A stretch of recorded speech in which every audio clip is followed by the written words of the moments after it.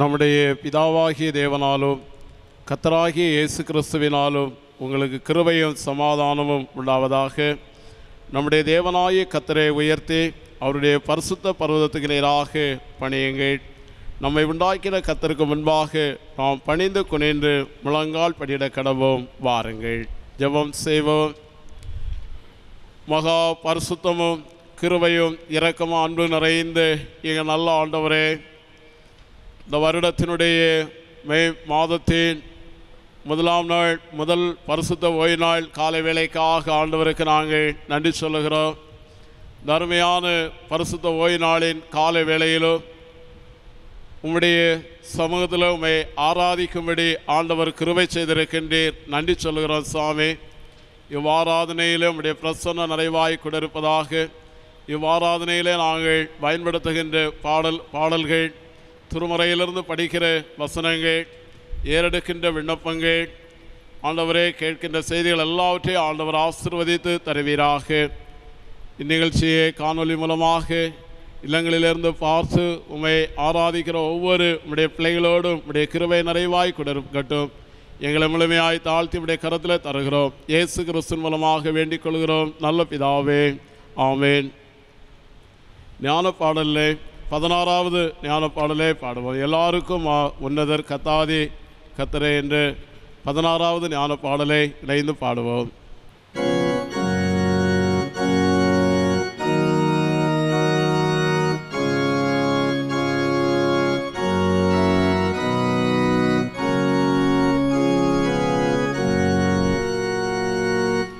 Yeah.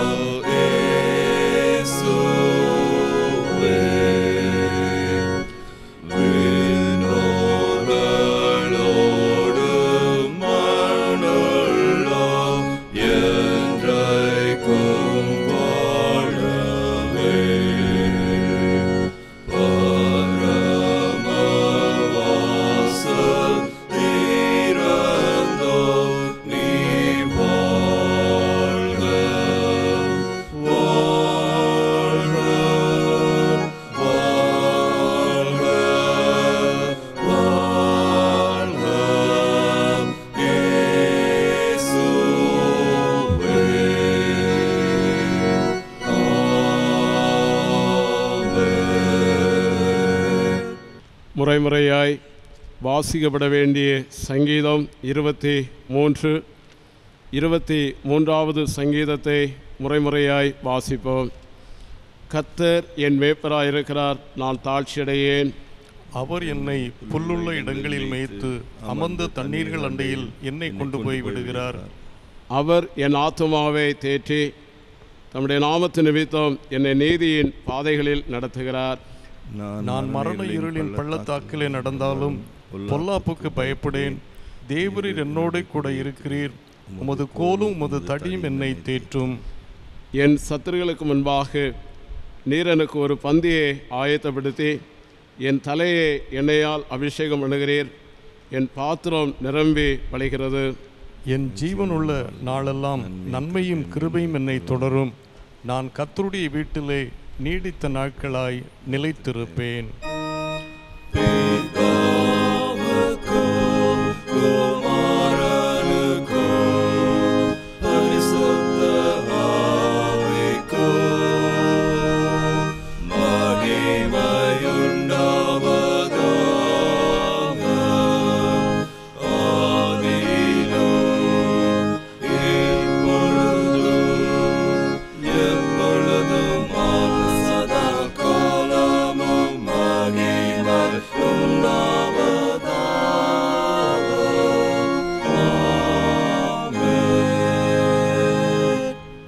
ஜெபிப்போம்.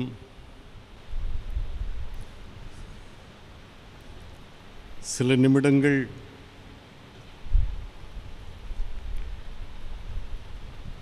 கண்களை மூடி நம்மை நாமே சோதித்தறிவோம். உலக வாழ்விலே வாழ்ந்து கொண்டிருக்கின்ற நாம்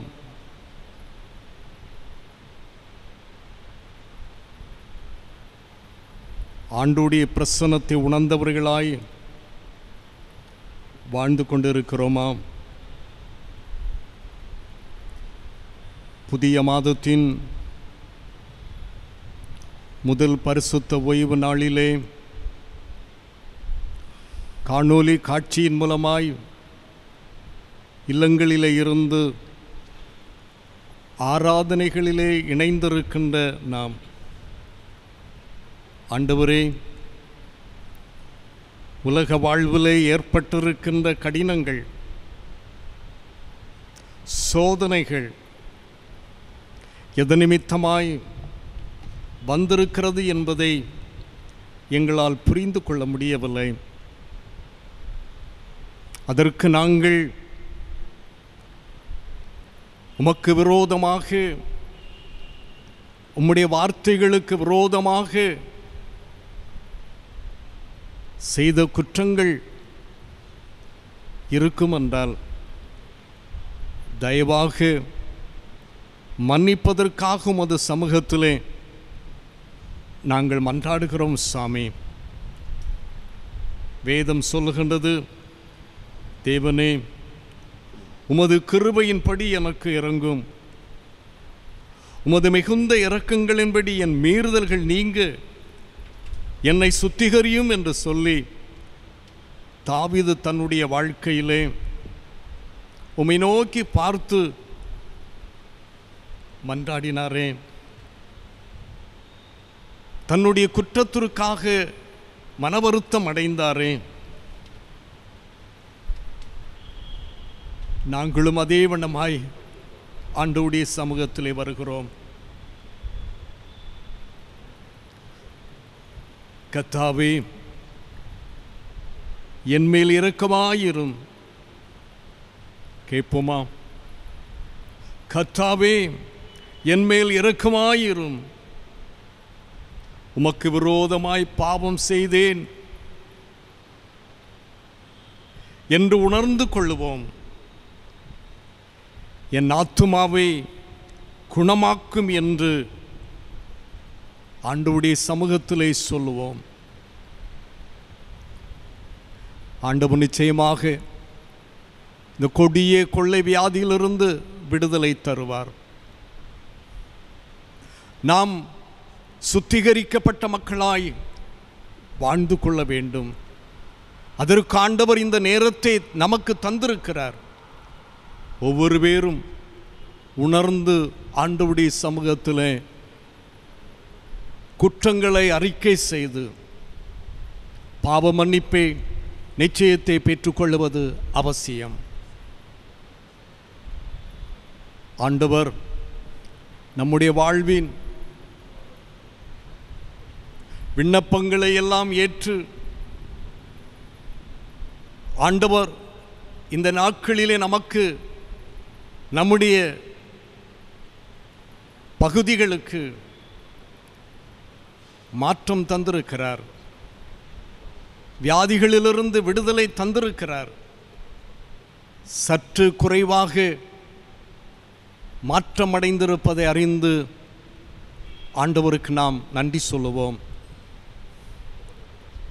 இந்த வருடத்திலும் 5வது மாதத்திலே வாழ்க்கை பயணத்தை தொடர்கின்ற போது கர்த்தர் செய்த நன்மைகளை எண்ணி பார்ப்பதும் ஆண்டவருக்கு நன்றி சொல்லுவதும் நம்முடைய கடமை என்பதை உணர்ந்து கொள்ளுவோம். இன்றைய கால சூழல்களிலே தடை உத்தரவுகள் தளர்த்தப்படுகின்ற சூழலை அறிந்து கொள்ள முடிகின்றது. ஆண்டவருக்கு நன்றி சொல்லுவோம். கடவுள் நிச்சயமாய் நமக்கு ஆதரவு தருகிறார். நம்முடைய சத்தங்களுக்கு செவி கொடுக்கிறார். நம்முடைய பாவங்களை மன்னித்து ஆண்டவர் விடுதலை தந்து கொண்டிருக்கிறார். உள்ளத்தின் ஆழத்திலிருந்து ஆண்டவருக்கு நன்றி சொல்லுவோம். இந்த கொடிய கால சூழல்களிலும் எந்த விதமான பாதிப்புகளும் இல்லாதபடி ஆண்டவர் நம்மை வழிநடத்தி கொண்டு வருகிறாரே, அன்றன்றுள்ள அப்பங்களை தந்து நம்மை போஷித்து வருகிறாரே, அதற்கு நாம் ஆண்டவருக்கு நன்றி சொல்லுவோம். உங்கள் வாழ்விலே கர்த்தர் செய்த நன்மைகளை எல்லாம் எண்ணி பாருங்கள். நிச்சயமாய் நாம் உள்ளத்திலிருந்து ஆண்டவருக்கு நன்றி சொல்ல வேண்டும். தொடர்ந்து நம்முடைய வாழ்விலே இறை பிரசன்னத்திற்காகவும் இறை வழிநடத்துதலுக்காகவும் ஆண்டவரை நோக்கி மன்றாடுவதற்கு நம்மை ஆயத்தப்படுத்துவோம். ஆம் ஆண்டவரே, பரிசுத்த ஓய்வு நாள் காலை நேரத்திலே காணொளி காட்சியின் மூலமாய் இல்லங்களிலிருந்து ஆராதனையிலே பங்கு பெற்றிருக்கின்ற நாங்கள் எங்கள் வாழ்வை ஆராய்ந்து பார்த்து எங்கள் வாழ்விலே கண்ட குற்றங்களுக்காக மனவருந்தி ஆண்டவருடைய சமூகத்திலே அறிக்கை பண்ணி மன்னிப்பின் நிச்சயத்தை பெற்று ஆண்டவர் செய்த நன்மைகளுக்காக நன்றி சொல்லி உம்முடைய நாமத்தை மகிமைப்படுத்தவும், தொடர்ந்து எங்களுடைய வாழ்வின் தேவைகளுக்காக தேவ சமூகத்தை நோக்கி மன்றாடவும் நீ தந்திருக்கின்ற மேலான வாய்ப்புக்காக உம்மை ஸ்தோத்திரிக்கிறோம். கடவுளுடைய கிருபையின் மூலமாய் எங்கள் தேசத்தின் மக்களுக்காய், உலக நாடுகளின் மக்களுக்காய் நாங்கள் ஜெபிக்கிறோம் சாமி. பல இடங்களிலே பலவிதமான கஷ்டங்கள் இன்னும் இருக்கின்றன. நோய்கள் பரவிக்கொண்டு வருகின்றன. அதற்காக நாங்கள் மீண்டும் மன்றாடுகிறோம் சாமி. ஒவ்வொருவருடைய வாழ்விலும் உடைய கிருபை இருந்து பாதிப்படைந்த மக்கள் விடுதலை அடைந்து கொள்ள ஆண்டவர் அருள் செய்ய வேண்டும் என்று உடைய பாதத்திலே ஜெபிக்கிறோம். கடவுளுடைய கிருபையின் மூலமாய் உலகத் தலைவர்கள், அதிகாரிகள், பல துறையிலே பணி செய்கின்றவர்கள், சிறப்பாக மருத்துவ துறையிலே பணி செய்கின்றவர்கள் அனைவருக்காக நாங்கள் ஜெபிக்கிறோம். தமது பிள்ளைகள் செய்து வருகின்ற அர்ப்பணிப்பின் பணிகள் ஆண்டவரே, தேசத்தின் மக்கள் வாழ்வு பெறுவதற்கு கடவுள் அருள் தந்திருக்கிறீர், அதற்காக உம்மை ஸ்தோத்திரிக்கிறோம். அநேக நோயாளிகள், கொரோனா வைரஸின் மூலமாய் பாதிப்படைந்த மக்கள் ஆண்டவரை சுகமடைந்து இல்லம் சென்று கொண்டிருப்பதை அறிந்து ஆண்டவரை ஸ்தோத்திரிக்கிறோம் சாமி. நீர் எங்களுடைய ஜெபங்களுக்கு பதில் தருகின்றவராக இருக்கிறீர் என்பதை நாங்கள் உணர்கிறோம்.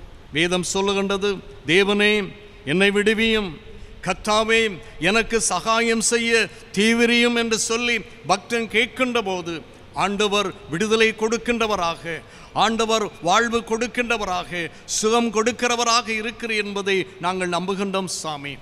ஆண்டவரே, எனக்காக யாவையும் செய்து முடிக்கப் போகிற தேவனாகிய உன்னதமான தேவனை நோக்கி கூப்பிடுவேன் என்று சொல்லி பக்தன் கேட்டாரே, அதே வண்ணமாக ஆண்டவரே, நாங்களும் உம்மை நோக்கி பார்த்து கேட்கிறோம். எங்கள் வாழ்வின் தேவைகளை நீர் செய்து முடிக்கின்றவராக, எங்களுடைய வாழ்வின் நன்மைகளை தருகின்றவராக இருக்கிறீர் என்பதை நாங்கள் உமது சமூகத்திலே மன்றாடுகிறோம் சாமி.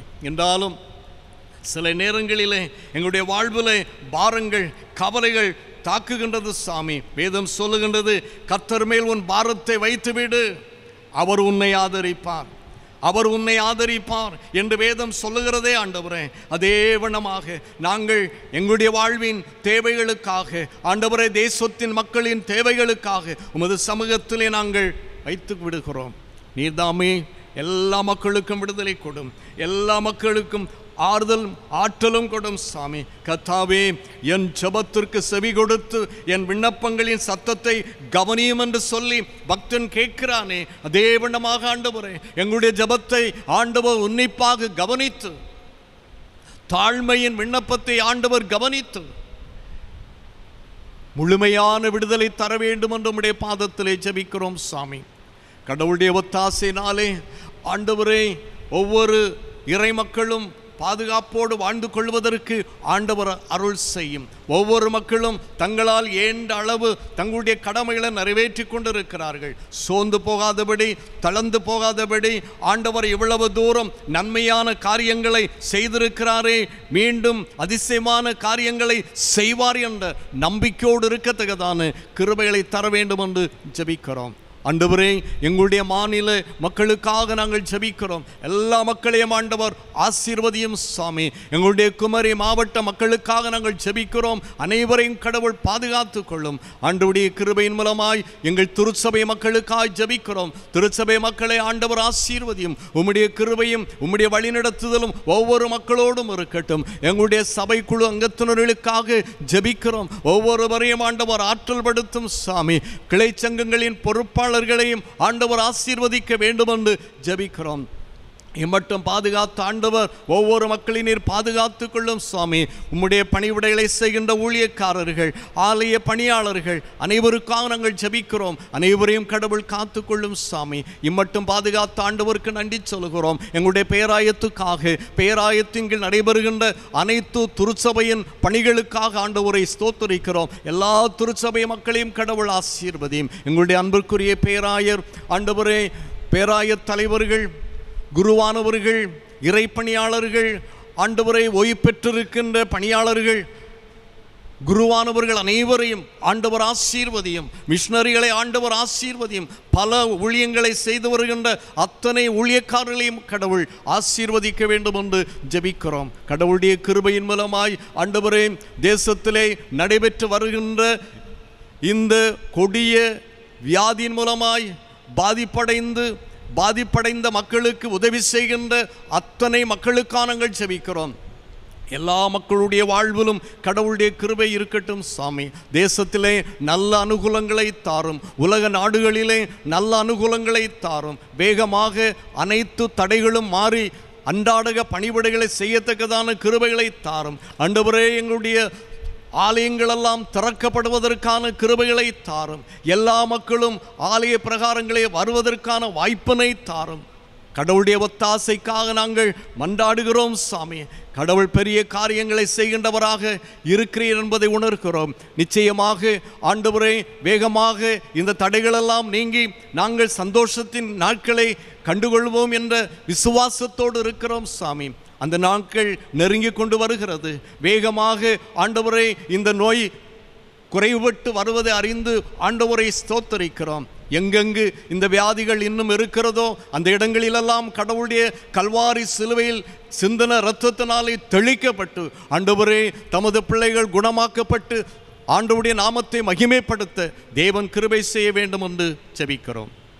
எங்களை சுற்றிலும் இருக்கின்ற எல்லா மக்களுக்கும் ஜெபிக்கிறோம். அனைவரையும் ஆண்டவர் ஆசீர்வதியும். உம்முடைய வழிநடத்துதல் தொடர்ந்து இருக்கட்டும். கேட்க தெரியாத அநேக நன்மைகள் உண்டு சாமி. எல்லா நன்மைகளையும் எங்களுக்கு தாரும். எங்கள் வாழ்விலே ஆண்டவர் தந்திருக்கின்ற பிள்ளைகள், ஆண்டவரே, எங்கள் வாழ்விலே ஆண்டவர் தந்திருக்கின்ற நன்மைகள் அனைத்தையும் ஆசீர்வதிக்க அனுபவித்துக் கொள்ள கடவுள் கிருபை செய்ய வேண்டும் என்று ஜெபிக்கிறோம். பெற்றோராய நாங்கள் பிள்ளைகளுடைய வாழ்வுக்காக எடுத்து வருகின்ற எல்லா முயற்சிகளையும் கடவுள் வாய்க்க பண்ண வேண்டும் என்று ஜெபிக்கிறோம்.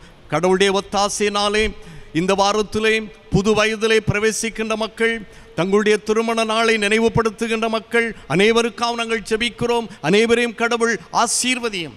புது வருட வாழ்வு மகிழ்ச்சியும் சந்தோஷமும் நிறைந்த வாழ்வாக அமைந்து கொள்ளட்டும். குறைவுகள் வராதபடி காத்துக்கொள்ளும். வயோதிப நிலையில் இருக்கின்றவர்கள் ஒவ்வொருவரையும் கடவுள் பாதுகாத்து கொள்ளும். தூர தேசங்களிலும் தூர இடங்களிலும் வாழ்ந்து கொண்டிருக்கின்றவர்கள் அனைவரையும் கடவுள் பாதுகாத்து கொள்ளும். சாமி, யார் யாருக்கு என்ன நன்மைகள் வேண்டுமோ எல்லாவற்றையும் பரத்துந்து இவ்வாறு கொடுத்தள்ளும். சாமி, இன்னும் ஆண்டவரே இந்த நாட்களிலே சில தொழில்கள் செய்யப்படுவதற்கு ஆண்டவரை அனுமதி தந்திருப்பதை அறிந்த ஆண்டவரை துதிக்கிறோம். தமது பிள்ளைகள் கவனமாக தங்களுடைய பணிகளை செய்து கொள்வதற்கு ஆண்டவர் ஆற்றல் படுத்தும். அது நிமித்தமாய் வாழ்விலே உயர்வை கண்டுகொள்வதற்கான கிருபைகளை தாரும். குறைவுகள் இல்லாதபடி ஆண்டவர் பாதுகாத்து கொள்ளும். அனுதின நன்மைகளை கொடும். எல்லா விதமான தீமைகளுக்கும் விலைக்கு ஆண்டவர் காத்துக்கொள்ளும். கடவுளுடைய வார்த்தையை கேட்க நாங்கள் ஆயத்தப்படுகிறோம். சாமி, உம்முடைய வார்த்தையின் மூலமாய் எங்களை ஆற்றல் படுத்தும். உம்முடைய வார்த்தையின் மூலமாய் எங்களை வழிநடத்த வேண்டும் என்று உம்முடைய பாதத்திலே ஜெபிக்கிறோம். குறைவுகள் வராதபடி காத்துக்கொள்ளும். இயேசு கிறிஸ்துவின் மூலம் வேண்டுகிறோம் ஜீவனுள்ள பிதாவே, ஆமேன். பரமண்டலங்களில் இருக்கிற எங்கள் பிதாவே, உம்முடைய நாமம் பரிசுத்தப்படுவதாக, உம்முடைய ராஜ்யம் வருவதாக, உம்முடைய சித்தம் பரமண்டலத்திலே செய்யப்படுவது போல பூமியிலேயும் செய்யப்படுவதாக. அன்றன்றுள்ள எங்கள் அப்பத்தை எங்களுக்கு இன்று தாரும். எங்களுக்கு விரோதமாய் குற்றம் செய்வர்களுக்கு நாங்கள் மன்னிக்கிறது போல எங்கள் குற்றங்களை எங்களுக்கு மன்னியும். எங்களை சோதனையில் பிரவேசிக்க பண்ணாமல் தீமை எங்களை ரட்சித்துக் கொள்ளும். ராஜ்யமும் வல்லமையும் மகிமையும் என்றென்றைக்கும் உடையவைகளே, ஆமேன். வாசிப்பதற்கு கொடுக்கப்பட்ட திருமறை பகுதி லூக்கா எழுதிய நற்செய்தி நூல் 24ஆம் அதிகாரம் 13ஆம் வசனம் முதல் 21ஆம் வசனம் உடைய. லூக்கா 24:13 முதல். அன்றைய தினமே அவர்களில் 2 பேர் எருசலேமுக்கு 7 அல்லது 8 மைல் தூரமான எம்மாவு என்னும் கிராமத்துக்கு போனார்கள். போகையில் இந்த வர்த்தமானங்கள் யாவையும் குறித்து அவர்கள் ஒருவரோடொருவர் பேசி கொண்டார்கள். இப்படி அவர்கள் பேசி சம்பாஷித்து கொண்டிருக்கையில் இயேசு தாமே சேர்ந்து அவர்களுடனே கூட நடந்து போனார். ஆனாலும் அவரை அறியாதபடிக்கு அவருடைய கண்கள் மறைக்கப்பட்டிருந்தது. அப்பொழுது அவர் அவர்களை நோக்கி, நீங்கள் துக்கம் உள்ளவர்களாய் வழி நடந்து ஒருவருக்கொருவர் சொல்லிக் கொள்ளுகிற காரியங்கள் என்னவென்று கேட்டார்.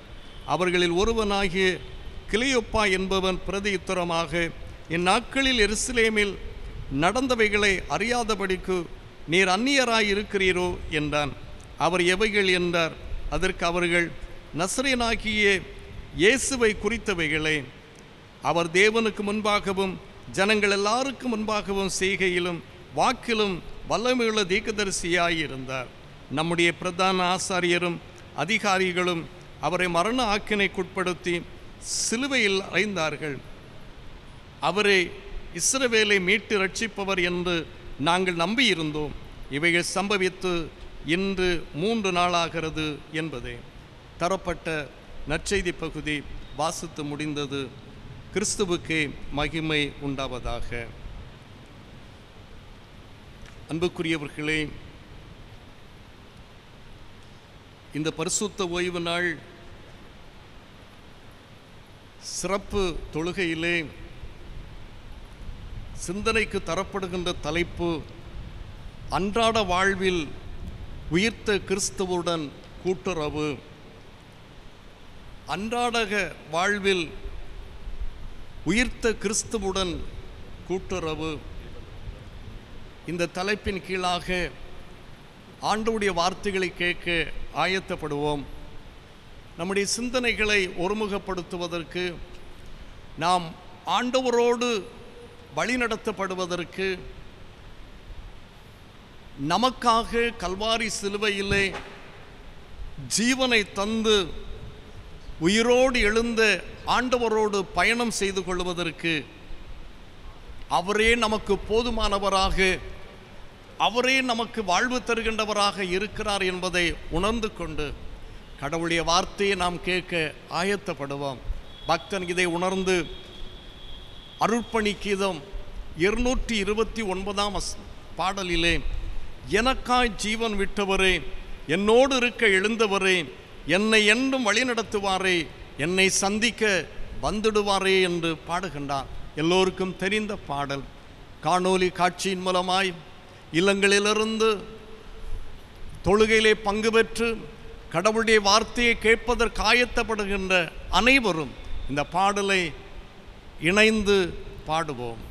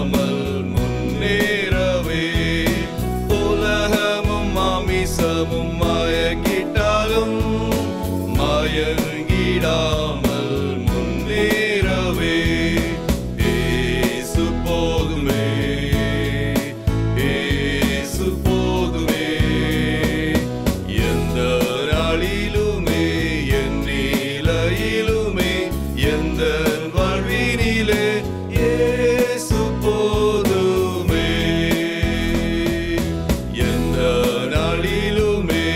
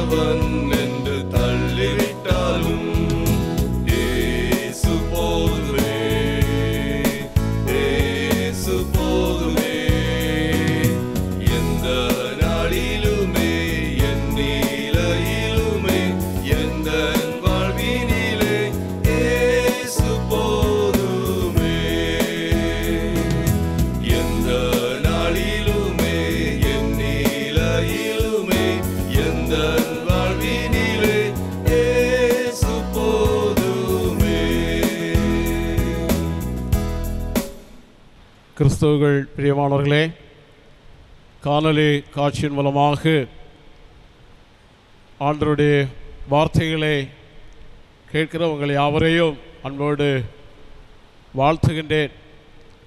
காணொளி காட்சியின் மூலமாக ஆண்டவருடைய வார்த்தைகளை சொல்லும்படியாக வாய்ப்பளித்த தேவாதி தேவனுக்கு ஸ்தோத்திரமும் கனமும் மகிமையும் உண்டாவதாக.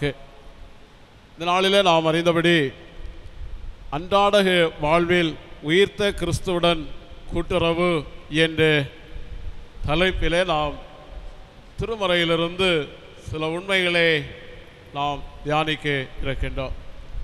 அதற்கு ஆதாரமாக நாம் படிக்க கேட்டு பரிசுத்த லூக்கா எழுதின நற்செய்தி நூல் 24வது அதிகாரத்திலே நாம் 15வது வசனத்திலே படிக்கிற போது நாம் விவிதமாக படிக்கிறோம். லூக்கா எழுதின நற்செய்தி நூல் 24வது அதிகாரம் 15வது வசனம். இப்படி அவர்கள் பேசி சம்பாசித்து கொண்டிருக்கையில் இயேசுதாமே சேர்ந்து அவர்களுடனே கூட நடந்து போனார். ஆதியிலே தேவன் இந்த உலகத்தை படைத்து மனிதனுடைய வாழ்விற்குரிய எல்லா நன்மைகளையும் ஆண்டவர் கொடுத்தார். ஆண்டவர் ஏதேன் தோட்டத்தை உண்டாக்கி அல்லது உருவாக்கி அங்கே ஏதேன் தோட்டத்தில் ஆதாமை கொண்டு வைக்கின்றார். ஏனென்றால் இந்த ஆதாம் இந்த ஏதேன் தோட்டத்தை பாதுகாக்கவும் பண்படுத்தவும் ஆண்டவரோடு உள்ள கூட்டுறவிலே இணைந்து வாழுவதற்கும் ஆதாமை கொண்டு வைக்கின்றார். ஆனால் ஆண்டவருடைய வார்த்தைக்கு கீழ்ப்படியாதிருந்த போது, ஆண்டவருடைய வார்த்தையை மீறிய போது, ஆண்டவருடைய வார்த்தைக்கு செவி சாய்க்காதிருந்த போது இந்த ஆதாம் ஆண்டவருடைய வார்த்தைகளுக்கு மீறியபடியினாலே இந்த ஆதாமோடு கூட்டுறவு வைத்துக் கொள்வதற்காக வந்து ஆண்டவர் ஆதாமை தேடிய போது ஆதாமை காணவில்லை. ஆதாம் எங்கே போனார்? அவர் ஏதேன் தோட்டத்திற்குள்ளேயே ஒளித்திருக்கின்றார். காரணம் என்ன என்று சொன்னால், ஆண்டவரோடு உறவாட முடியாத நிலையிலே, ஆண்டவருடைய கூட்டுறவிலே நிலைநிற்க முடியாத நிலையிலே பாவம் செய்தபடியினால் இந்த ஏதேன் தோட்டத்துக்குள்ளே ஒளித்திருக்கின்றார். ஆகவே ஆண்டவர் ஆதாமே நீ எங்கே இருக்கிறாய் என்று ஆதாமை குறித்து ஆதாமை பார்த்து அவர் கேட்பதை நாம் பார்க்கின்றோம். மனிதன் ஆண்டவரால் படைக்கப்பட்டு ஆண்டவரோடு கூட்டுறவு வைத்து இணைந்து வாழ வேண்டிய மனிதன் தன்னுடைய பாவத்தினாலும் தன்னுடைய அக்கிரமத்தினாலும் தன்னுடைய பொல்லாத செயல்களினாலும் ஆண்டவரோடுள்ள கூட்டுறவிலிருந்து விலகி வாழுகின்ற ஒரு அனுபவத்தை நாம் பார்க்கின்றோம். ஆனால் திருமுறையிலே படிக்கிற போது 1 கொரிந்தியர் 3ஆம் அதிகாரம் 16வது வசனத்திலே நாம் படிக்கின்ற வேளையிலே அப்போஸ்தலனாகிய பவுலடியார் கொரிந்து திருச்சபைக்கு எழுதுகிற போது, நீங்கள் தேவனுடைய ஆலயமாய் இருக்கிறீர்கள் என்றும் தேவனுடைய ஆவி உங்களிலே வாசமாய் இருக்கிறார் என்றும் அறியாதிருக்கிறீர்களா என்று கேட்கின்றார்.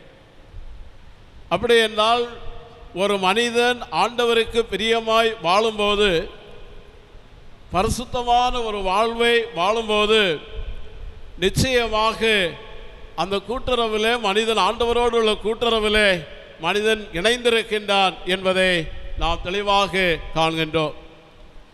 பரிசுத்த மத்தேயு எழுதின நற்செய்தி நூல் 18வது அதிகாரம் 26வது வசனத்திலே படிக்கிற போது, என்னுடைய நாமத்தினாலே 2-3 பேர்கள் ஒருமனப்பட்டவர்களாக இங்கு கூடுவார்களோ அங்கே இருக்கிறேன் என்று ஆண்டவர் சொல்லுகிறார். அப்படி என்றால் ஆண்டவருடைய சித்தப்படி ஆண்டவரை நோக்கி வேண்டுதல் செய்கின்ற மக்களோடு ஆண்டவர் கூட்டுறவு வைத்திருக்கின்றார் என்று சொல்லி நாம் இங்கே பார்க்கின்றோம்.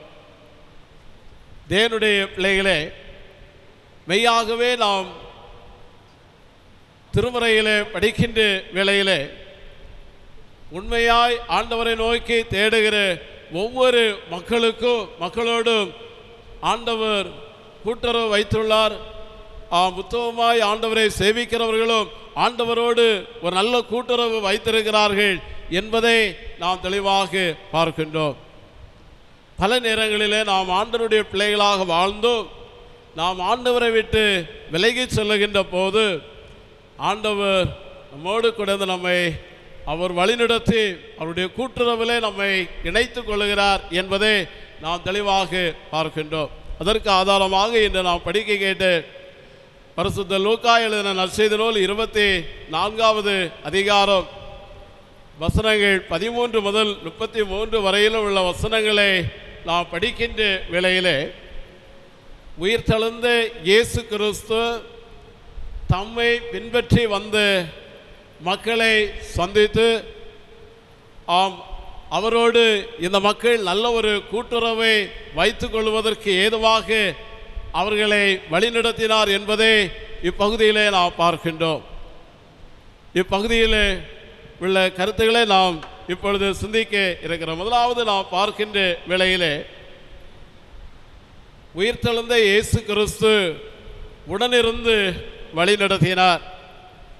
லூக்கா எழுதின நற்செய்தி நூல் 24ஆம் அதிகாரம் 15வது வசனத்திலே இப்படி அவர்கள் பேசி சம்பாஷித்து கொண்டிருக்கையில் இயேசு தாமே சேர்ந்து அவர்களுடனே கூட நடந்து போனார், உடனிருந்து வழிநடத்தினார்.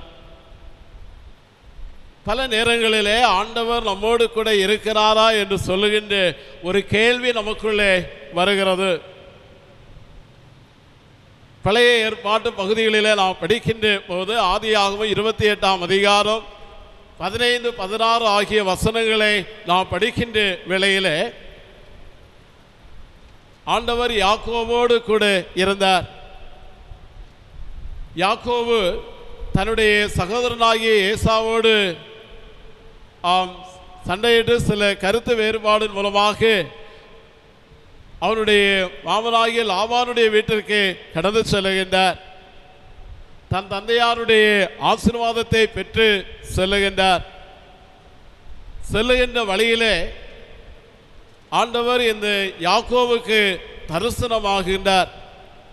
அந்த 2 வசனங்களையும் நாம் படிக்கின்ற வேளையிலே நீ போகிற இடமெல்லாம் நான் உன்னோடு கூட இருந்து உன்னை இந்த தேசத்திற்கு திரும்பி வர பண்ணுவேன் என்று ஆண்டவர் இந்த யாக்கோவோடு கூட பேசுகிறார். 16வது வசனத்திலே நாம் படிப்போம் என்று சொன்னால் யாக்கோபு சொல்லுகிறார், இந்த இடத்துல ஆண்டவர் இருக்கிறார் என்பதை நான் அறியேன் என்று சொல்லுகிறார். நாம் அறியாத நிலையிலே ஆண்டவர் நம்மை வழி நடத்துகிறார். இங்கே 2 மனிதர்கள் எம்மாவுக்கு செல்லுகிறார்கள்.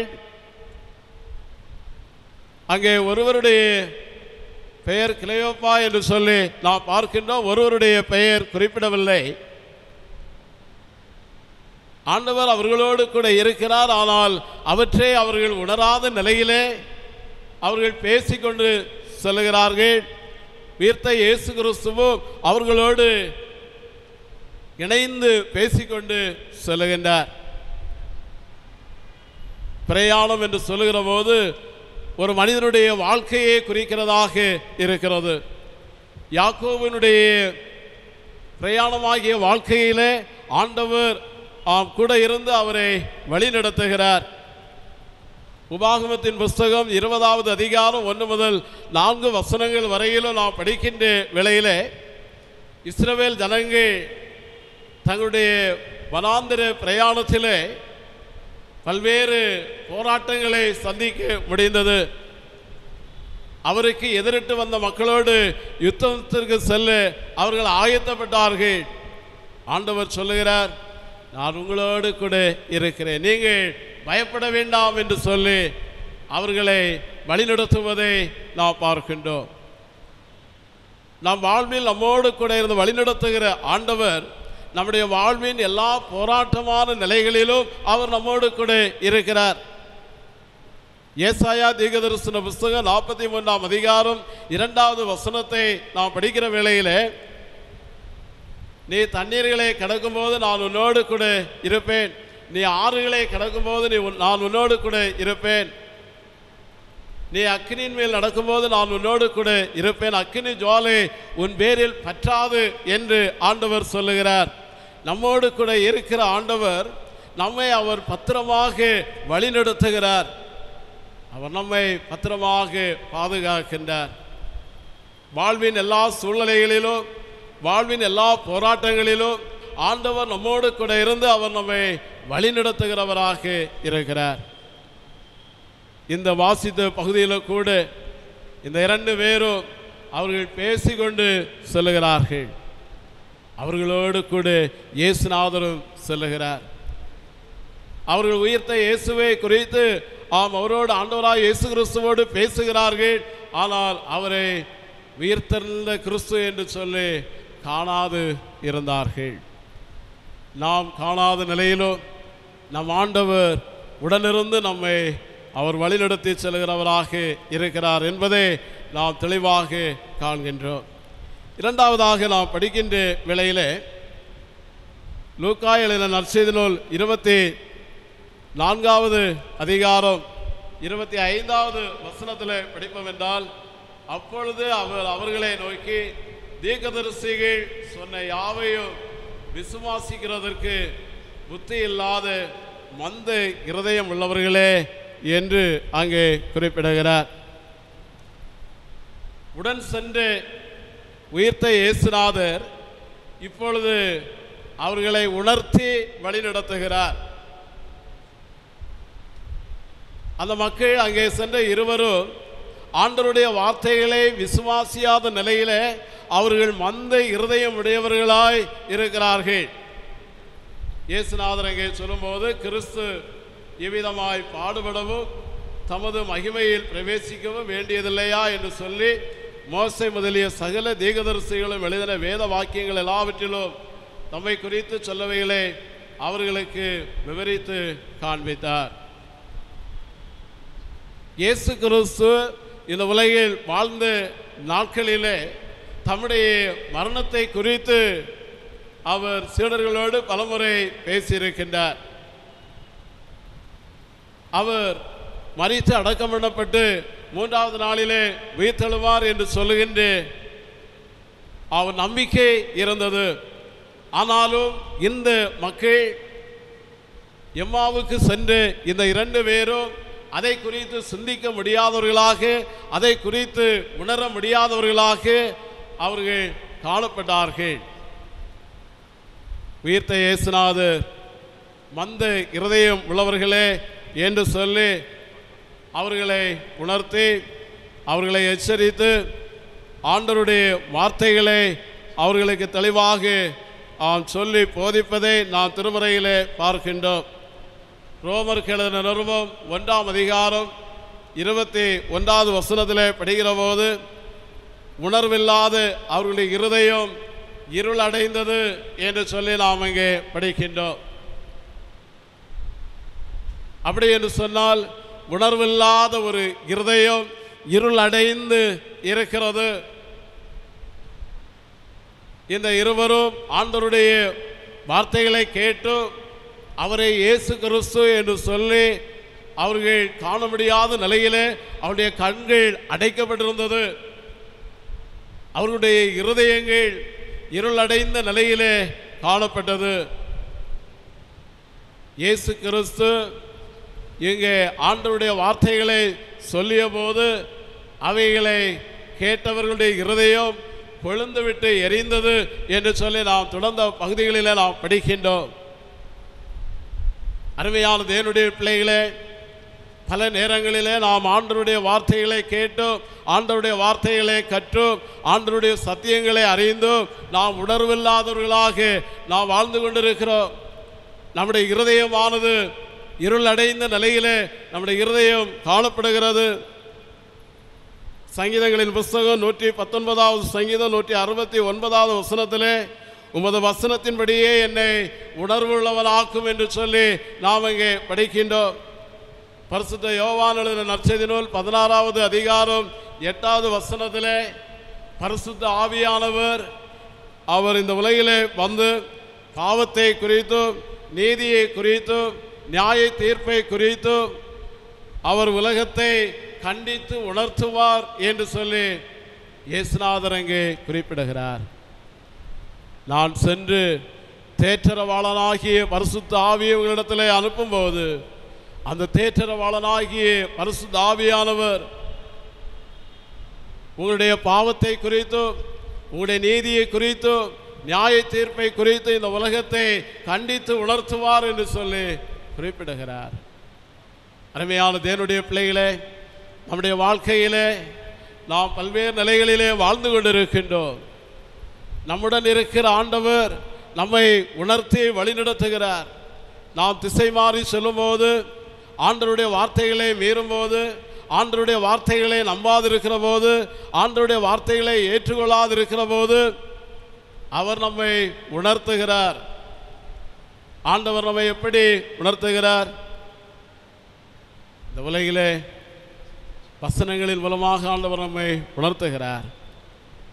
நம்மை சார்ந்து வாழுகிற மக்கள் மூலமாக நம்மை உணர்த்துகிறார். பரிசுத்த ஆவியானவர் போதகர்கள் வழியாக நம்மை உணர்த்துகிறார். பெற்றோர் மூலமாக உணர்த்துகிறார். ஊழியக்காரர்கள் மூலமாக நம்மை உணர்த்துகிறார். நிச்சயமாக நாம் உணர்த்தப்படும் போது மெய்யாகவே நாம் உணர்த்தப்பட்டவர்களாய் ஆண்டவருடைய வார்த்தைகளை அங்கீகரிக்கிறவர்களாய் காணப்பட வேண்டும். மெய்யாகவே இந்த இருவரும் ஆண்டவரால் உணர்த்தப்பட்டு அவருடைய கூட்டுறவிலே நெய்ந்து வாழுகிறவன் அனுபவத்தை அவர்கள் பெற்றார்கள் என்று சொல்லி நாம் பார்க்கின்றோம். கடைசியாக நாம் பார்க்கின்ற வேளையிலே உயிர்த்த இயேசு கிறிஸ்து அவர்களுக்கு உணவு கொடுத்து வழி நடத்தினார். லூக்கா எழுதின நற்செய்தி நூல் 24வது அதிகாரம் 30வது வசனத்திலே படிக்கிற போது, அவர்களோட அவர் பந்தி இருக்கையில் அவர் அப்பத்தை எடுத்து ஆசீர்வதித்து அதை பிட்டு அவர்களுக்கு கொடுத்தார் என்று சொல்லி பார்க்கின்றோம். எம்மாவுக்கு சென்று 2 மனிதர்களும் இயேசுநாதரோடு பேசிக்கொண்டு செல்கிறார்கள். இயேசுநாதர் அங்கே ஆண்டவருடைய வார்த்தைகளை அவருக்கு விவரித்து சொல்லுகின்றார். ஆண்டவருடைய வார்த்தைகள் அல்லது வசனங்களை அவர் விவரித்து சொன்னபோது அவருடைய இருதயம் கொழுந்து விட்டு எரிந்தது. சாயங்காலம் ஆயிற்று. இயேசு கிறிஸ்து அவர்களை விட்டு விலகி போகிறது போல அவர்கள் கண்டார்கள். அவர்கள் சொல்லுகிறார்கள், பொழுது போயிற்று, நீர் எங்களோடு வாரும், எங்களோடு வந்து தங்கிரும் என்று சொல்லி அழைக்கிறார்கள். இயேசு கிறிஸ்து அவர்களோடு சொல்லுகிறார். அருமையானவர்களே, இயேசுநாதர் இங்கு விருந்துக்காக அழைக்கப்பட்டு சொல்லுகின்றார். ஆனால் அங்கே அவர்களோடு பந்தி இருக்கின்ற வேளையிலே இயேசுநாதர் அவர் அப்பத்தை எடுத்து ஆசீர்வதித்து அவர்களுக்கு கொடுத்தார் என்று சொல்லி நாம் அங்கே படிக்கின்றோம். இயேசுநாதர் அப்பத்தை எடுத்து அதை ஆசீர்வதித்து அவர்களுக்கு கொடுத்த வேளையிலே இவர்கள் இருவரும் அவரை இயேசுநாதர் என்று சொல்லி கண்டு கொண்டார்கள். 31வது வசனத்திலே படிக்கிற போது, அப்பொழுது அவருடைய கண்கள் திறக்கப்பட்டு அவரை அறிந்தார்கள். உடனே அவர் அவர்களுக்கு மறைந்து போனார். அவருடைய கண்கள் திறக்கப்பட்டது. இயேசுநாதருடைய காயங்களை அவர்கள் பார்க்கிறார்கள். இது உண்மையாகவே உயிர்த்த இயேசுநாதர் என்று சொல்லி அவர்கள் கண்டு கொண்டார்கள். இப்பொழுது இயேசுநாதரை கண்டோம் என்று சொல்லி அவர்கள் எருசலேமுக்கு ஓடோடி சென்று அங்கே சீடர்களுக்கும் அவர்களோடு இருந்தவர்களுக்கும் அவர்கள் தெளிவாக அறிவித்தார்கள் என்று சொல்லி நாம் திருமறையிலே படிக்கின்றோம். உடனிருந்து வழிநடத்திய இயேசுநாதர் அவர்களை உணர்த்தி வழிநடத்தினார். இப்பொழுது அவர்களுக்கு உணவு கொடுத்து அவர்களை வழிநடத்தினார். இஸ்ரவேல் ஜனங்கள் வனாந்தரத்திலே உணவில்லாத நேரத்திலே ஆண்டவர் வானத்திலிருந்து மன்னாவே அவர்களுக்கு அருளி செய்து அவருடைய பசியை போக்கினார். வானத்திலிருந்து அவர்களுக்கு கிடைத்த மன்னாவே அவர்கள் புசித்து அவர்கள் திருப்தி அடைந்தார்கள். அது மட்டுமல்ல, இயேசு கிறிஸ்து இந்த உலகிலே வாழ்ந்த நாட்களிலே அவருடைய வார்த்தைகளை கேட்கும்படியாக வந்த மக்கள் சோர்ந்து போகாத நிலையிலே அவர்களுக்கு உணவு கொடுத்ததை நாம் பார்க்கின்றோம். ஒருமுறை 7 அப்பங்களும் சில சிறு மீன்களையும் கொண்டு சுமார் 4000க்கும் மேற்பட்ட மக்கள் உண்ணக்கூடிய நிலையிலே அவர்களை அவர் வழிநடத்தினார். இன்னொரு முறை 5 அப்பங்களை 2 மீன்களை கொண்டு ஏறக்குறைய 5000 வருஷத்துக்கு அதிகமான மக்கள் சாப்பிடுகிற நிலையிலே ஆண்டவர் உணவு கொடுத்தார். பசியாக இருக்கின்ற வேளையிலே அவர் உணவு கொடுத்து அவர்களை வழிநடத்துகிறார். தம்முடைய கூட்டுறவிலே அவர்களை சேர்த்து கொள்ளுகிறவராக காண்கின்றார். யோவான் எழுதின நற்செய்தி நூலில் நாம் படிக்கின்ற வேளையில் 6வது அதிகாரத்தில் நாம் படிக்கின்ற வேளையிலே விதமாக படிக்கிறோம். 56வது வசனத்தில், என் மாம்சத்தை புசித்து என் இரத்தத்தை பானம் பண்ணுகிறவன் என்னிலே நிலைத்திருக்கிறான், நானும் அவனிலே நிலைத்திருப்பேன் என்று சொல்லுகிறார். ஆண்டவராகிய இயேசு கிறிஸ்து இந்த உலகிலே வந்து தம்மையே தியாக பலியாக அவர் ஒப்பு கொடுத்து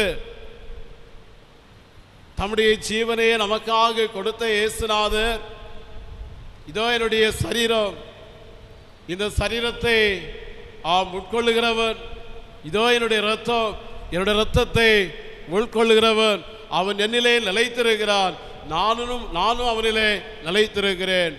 அங்கே ஒரு கூட்டுறவை இயேசுநாதர் தம்முடைய சரீரத்தின் மூலமாக அவர் ஏற்படுத்துகின்றார். மெய்யாகவே நாம் எதற்கு திருவிருந்திலே நாம் பங்கு கொள்ளுகிறோம்? மெய்யாகவே அவருடைய சரீரத்தையும் அவருடைய இரத்தத்தையும் நான் உட்கொள்கிறேன், அதன் மூலமாக நான் ஆண்டவரிலே நிலைத்திருக்கிறேன், ஆண்டவர் என்னிலே நிலைத்திருக்கிறார், அந்த கூட்டுறவிலே நானும் இணைக்கப்படுகிறேன் என்று சொல்லுகிறேன் ஒரு நம்பிக்கையோடு நாம் பங்கு பெறுகின்றோம். அருமையான பரிசுத்த ஓய்வு நாளின் காலை வேளையிலும் இல்லங்களிலே இருந்து இந்த காணொலி காட்சி மூலமாக ஆண்டவருடைய வார்த்தைகளை கேட்கிற நம்முடைய வாழ்க்கையிலே, நம்முடைய அன்றாட வாழ்விலே உயிர்த்த இயேசுநாதருடன் நாம் கூட்டுறவு வைத்துக் கொள்வதற்கும் ஆண்டவராய் இயேசு கிறிஸ்து நம்மோடு கூட்டுறவு வைத்திருக்கின்றார் என்ற நம்பிக்கையோடும் என்னுடைய வாழ்க்கையில் என்னும் பயணத்திலே என் ஆண்டவர் என்னுடன் இருந்து என்னை அவர் உணர்த்தி எனக்கு உணவு கொடுத்து தம்முடைய சரீரத்தையே எனக்காக கொடுத்து எனக்கு வாழ்வு கொடுத்திருக்கிறார். அவரை நான் இரட்சகராக ஏற்று மெய்யாகவே அவருடைய கூட்டுறவிலே நானும் நினைக்கப்படு இந்த காலை வேளையிலே என்னை ஆண்டுடைய கரங்களிலே அர்ப்பணிக்கிறேன் என்று சொல்லி நம்மை அர்ப்பணிப்போம். ஆண்டவர் தாமே இந்த வார்த்தைகள் வழியாக நம்மை தொடர்ந்து ஆசீர்வதிப்பாராக. ஆமென். நம்முடைய விசுவாசத்தை அப்போஸ்தல விசுவாச பிரமாணத்தின் மூலமாய் இணைந்து அறிக்கை செய்வோம். வானத்தையும் பூமியையும் படைத்த சர்வ வல்லமையுள்ள பிதாவாகிய கடவுளை விசுவாசிக்கிறேன். அவருடைய ஒரே குமாரனாகிய நம்முடைய நாதர் இயேசு கிறிஸ்துவை விசுவாசிக்கிறேன். அவர் பரிசுத்த ஆவியினாலே கன்னிமரியால் துப்புவித்து பிறந்தார். பொந்திய பிலாத்துவின் காலத்தில் பாடுபட்டு சிலுவையில் அறைந்து மரித்து அடக்கம் பண்ணப்பட்டு பாதாளத்தில் இறங்கினார். 3ஆம் நாள் மருத்துவந்து எழுந்தெழினார். பரமண்டலத்துக்கு ஏறி சர்வ வல்லமையுள்ள பிதாவாகிய கடவுளின் வலதுவாசத்தில் வீட்டிருக்கிறார். அவ்விடத்திலிருந்து உயிருள்ளோரையும் மரித்தோரையும் நியந்திக்க வருவார். பசுத்த ஆவியையும் விசுவாசிக்கிறேன். பொதுவாயிருக்கிற பசுத்த சபையும் பசுதவாங்களுடைய ஐக்கியமும் பாவ மன்னிப்பும் மரித்தோர் உயிர்த்தெழுதலும் நித்திய ஜீவனும் உண்டென்று விசுவாசிக்கிறேன். ஆமேன். சில அறிவிப்புகள். வருகின்ற புதன்கிழமை மாலை 6 மணிக்கு காணொலி காட்சியின் மூலமாய் ஆராதனை நடைபெறும். வருகின்ற ஞாயிற்றுக்கிழமை காலை 8 மணிக்கு ஆராதனை நடைபெறும். சிறப்பாக வருகின்ற 17ஆம் தேதி ஞாயிற்றுக்கிழமை காலை 8 மணிக்கு சங்க ஆராதனையாக நடைபெறும் என்பதை தெரிவித்துக் கொள்கிறேன். ஆராதனைக்கு இறுதியாக அனைவரும் இணைந்து கீர்த்தனை 64வது பாடல், ஏற்றுக்கொண்டருளுமே தேவா இப்போதேளையின் ஜெபத்தை இயேசுவின் மூலம் 64வது கீதம் இணைந்து பாடுவோம்.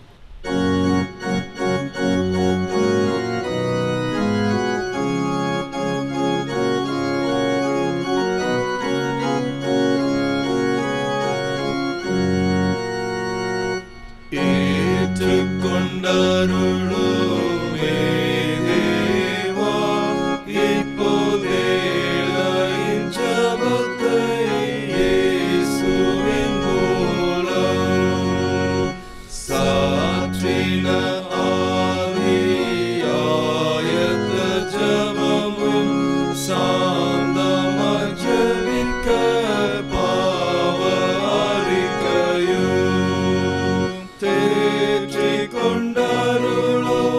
மன்னிப்பின் சொருபம் இயேசுவின் பாதத்தில் வைக்கிறேன் சுவாமி.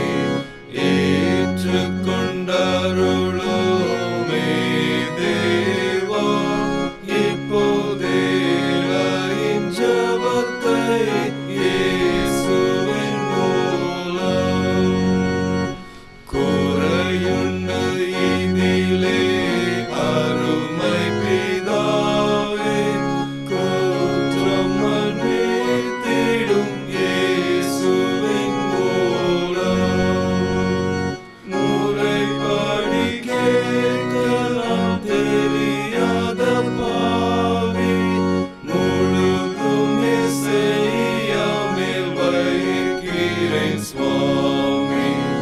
ஏற்றுக்கொண்டருளுமே தேவா இப்போதேளையின் ஜெபத்தை இயேசுவின் மூலம் மறுரூப ஆவி வேண்டுமென் சுவாமி.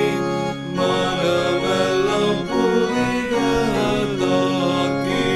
சுவாமி. சிறுமைப்பட்டடியேன் கேட்கிறேன் சுவாமி. தேற்றிடும் புது பலன் ஊற்றிடும் சுவாமி.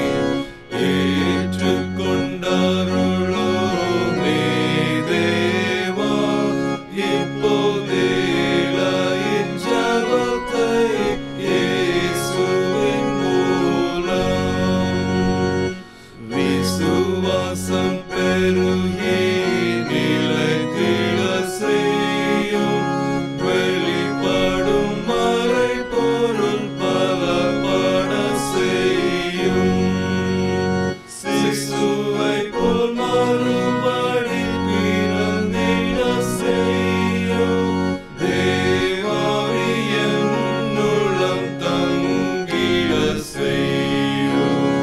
ஏற்றுக்கொண்டருளுமே தேவா இப்போதேளையின் ஜெபத்தை இயேசுவின் மூலம் ஜெபிப்போம். கிருபை நிறைந்த எங்கள் ஆண்டவரே, பரிசுத்த ஓய்வு நாள்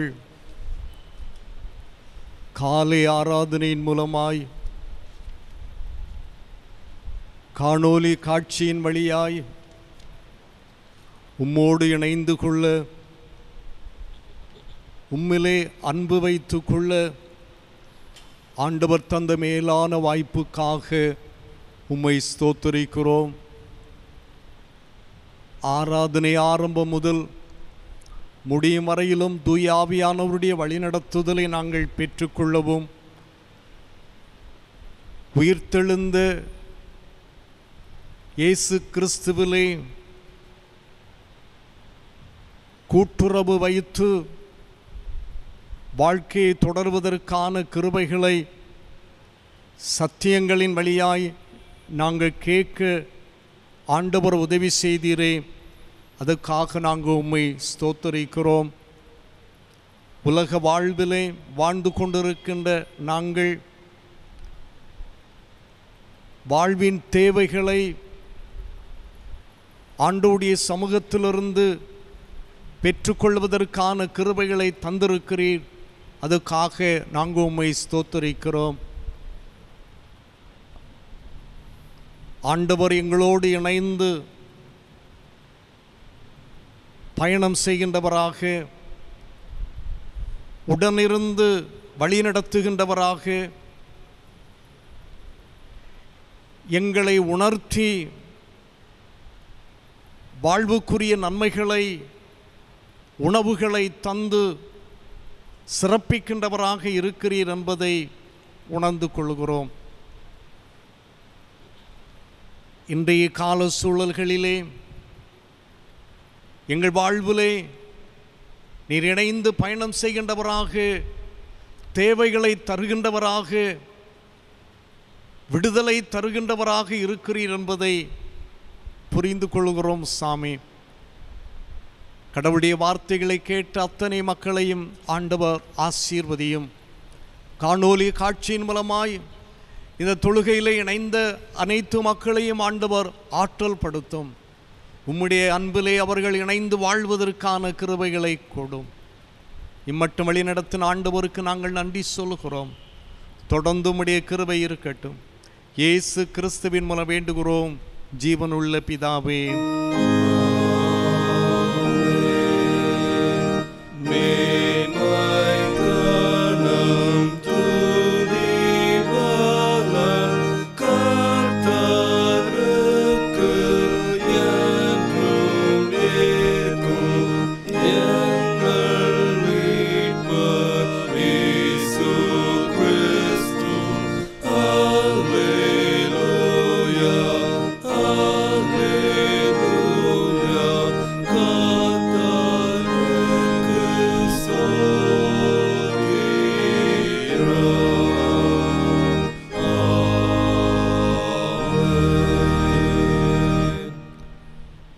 ஆண்டவராகிய இயேசு கிறிஸ்துவின் கிருபையும் பிதாவாகிய கடவுளுடைய அன்பும் பரிசுத்தாவியாகிய மனோர் ஐக்கியமும் நம் அனைவரோடும் சதா காலங்களிலும் தங்குவதாக.